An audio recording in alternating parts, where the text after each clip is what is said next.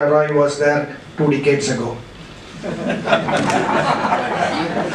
the medical profession has also changed. There is a 400% increase in cases of medical negligence every year. The statistics from the National Law School, Bangalore. This is almost 3 years old statistics. 90% of all the cases in medical negligence involves an hospital, and 12% of all the cases decided by the consumer courts are on medical negligence. 25 to 70 lakhs was the usual compensation. Earlier it was 10 lakhs. Now the value of money has gone higher and higher, or the value of money has gone lower and lower. But when the consumer tries to come and pay to the hospital or to the laboratory, the cost of the value is very high. Only when the compensation is there, they always feel the other way. What is negligence? Is a breach of duty. Negligence is a breach of duty caused by the omission to do something which a reasonable man, guided by those considerations which ordinarily regulate the conduct of the human affairs, would do, or do something which a prudent and a reasonable man would not do. What is supposed to be your normal activity, if you don't do it, or if you overdo it, or if you miss to do it, is what is negligence. Let me not take you too much and confuse. Any fault, imperfection, shortcoming, or inadequacy in quality, nature, and manner of performance which is required to be maintained by or under any law for the time being in force has been undertaken to be performed by a person. If you don't do what a normal person doesn't do, and there is a problem, then it means you have done a negligence. Negligence is a one simple vocabulary which has been revolving around the CPA or whatever it is.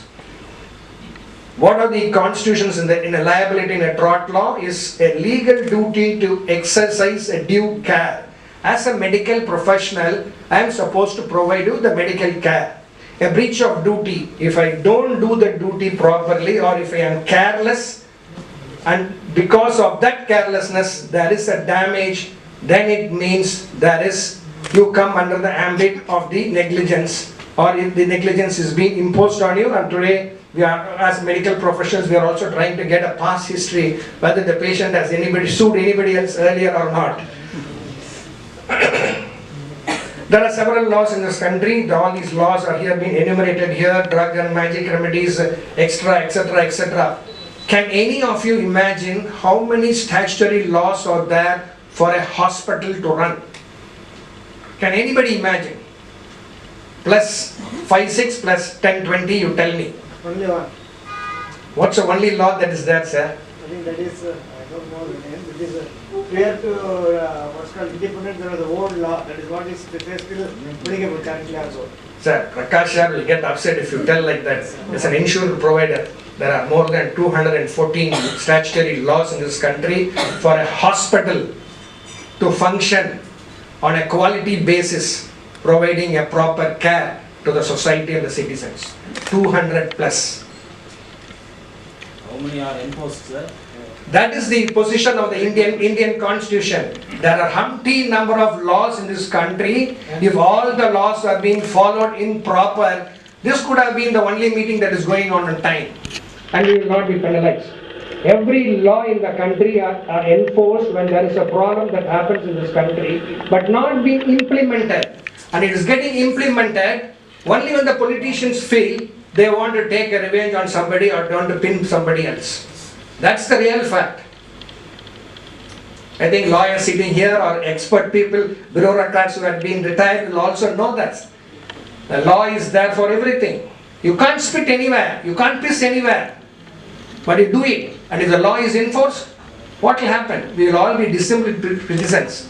We will not be disciplined only when you go abroad, but when you are living in our own country. Sorgame endral enna ura pola unda. Vicarious responsibility, liabilities under the contract law, the hospital, the employees, workers, the lab technicians, everybody is there covered under it.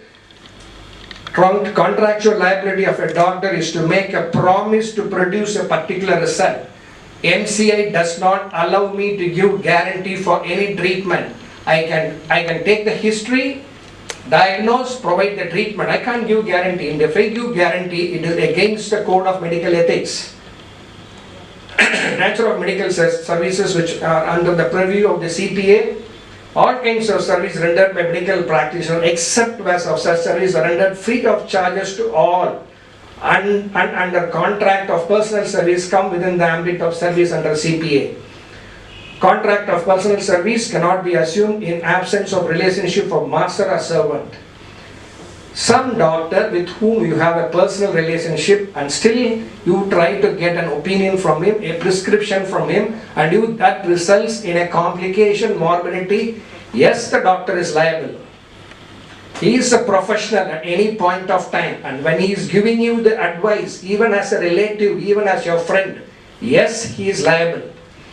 Hospital where medical service was rendered free of cost at all, held not within the purview of CPA.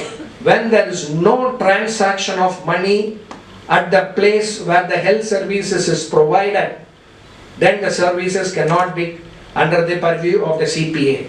When there is transaction of money, even at one point, there is an exemption. There are court judgments which says it is not necessary, which doesn't come under it. But even if there is a registration fee, the hospital will come under the purview of CPA. But there are judgments which are excluded also. It is how you interpret and how you can present yourself properly.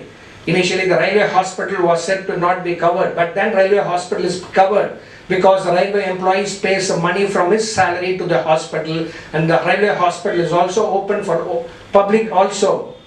Primary health center is the one in the state of Tamil Nadu, is the only hospital services which does not have money transaction at every point, and so a primary health center cannot be taken to task in a Consumer Protection Act headquarters. Every other hospital there is transaction of money. Wherever charges are collected from those patients who are able to pay, these hospitals are covered under this act. Some of the simpler things I would like to take: delayed diagnosis, wrong diagnosis, misdiagnosis. Coming with a chest pain, you don't take an ECG, you miss the diagnosis of a myocardial infarction. Patient comes with a chest pain, you try to take an ECG, it is not a cardiac problem, but the patient has got a gallbladder pathology which has been perforated. Coming with a chest pain repeatedly, a number of times, the patients have been hypochondriac. At one point of time, puli varudhu, indavati puli vandirchi, he did not do the diagnosis, it is a wrong misdiagnosis. All these things, three things will come under the CPA, but all these things cannot also be taken to be a negligent, because the courts have also said the second time you come and second time you did not do the diagnosis or did not refer to the appropriate person is negligence. The first time they give them symptoms, it is very, very easy to diagnose or pick up a missed diagnosis rather than diagnosing on the first occasion. Everybody will know what is rotating in the WhatsApp also. Why people are not given appointments in the US, UK earlier for a physician, and why that every doctor, every patient demands an immediate appointment for a doctor. Here is in the abroad, even the minus of symptoms, the patient wants to go to the doctor. In India, at the extremes of stage only, they will try to come to the hospital. He'll have a chest pain, he will say he's got gas and தான் சொல்லிட்டு இருப்பாங்க. எல்லாரும் case சிலிண்டர்ல ஊதி case ஒப்புனாங்கன்னா வீட்டில் cylinder ஃப்ரீயாக கிடைக்கும், 600 ரூபாய்க்கு தேவையில்லை. But finally when he'll get an infarct, he'll go in for a cardiac failure, after that stage only he will come to the hospital. That is why in India patients demand the hospital services and doctor services, while in abroad it takes a longer time for a patient to get an appointment. That's why they fly into our country as a medical tourism, and not communicating is the biggest element that a doctor does it, and you can take them to the court of law for not having communicated what ailment he has got, what is the treatment that has to be given, what are the other options available, and if you question them and if it doesn't answer, and if you can have an evidence, definitely you can take them to the court of law. In the administrative side, you say you are a multi-speciality hospital, but you don't have an appropriate consultant at the time when the patient has come with an emergency, non-availability of specialists, inadequate equipments. You have a theatre. When you have a theatre, today there is the Clinical Establishment Act which says that these are the law that has to be maintained in a hospital, and if you don't maintain it, inadequate equipments, and it can be proved that number of times absence of oxygen cylinders have made the courts to give judgment against the hospitals. Discharge as per request. At any point of time, patient has got the right to get themselves discharged from the hospital, even if they're dying, if they're fine, whatever it is. If they request for a discharge, Get this appropriate signature, send the patient out. If it's not so, you can be taken to the court. Transfer with medical care. Hospital A transferring the patient to hospital B. It is the responsibility of the hospital A to transfer the patient to the hospital B with an appropriate paramedical and medicals present to be shifted to the next patient. If it is not so and if the patient dies en route, it is the responsibility of the first hospital and can be taken to task.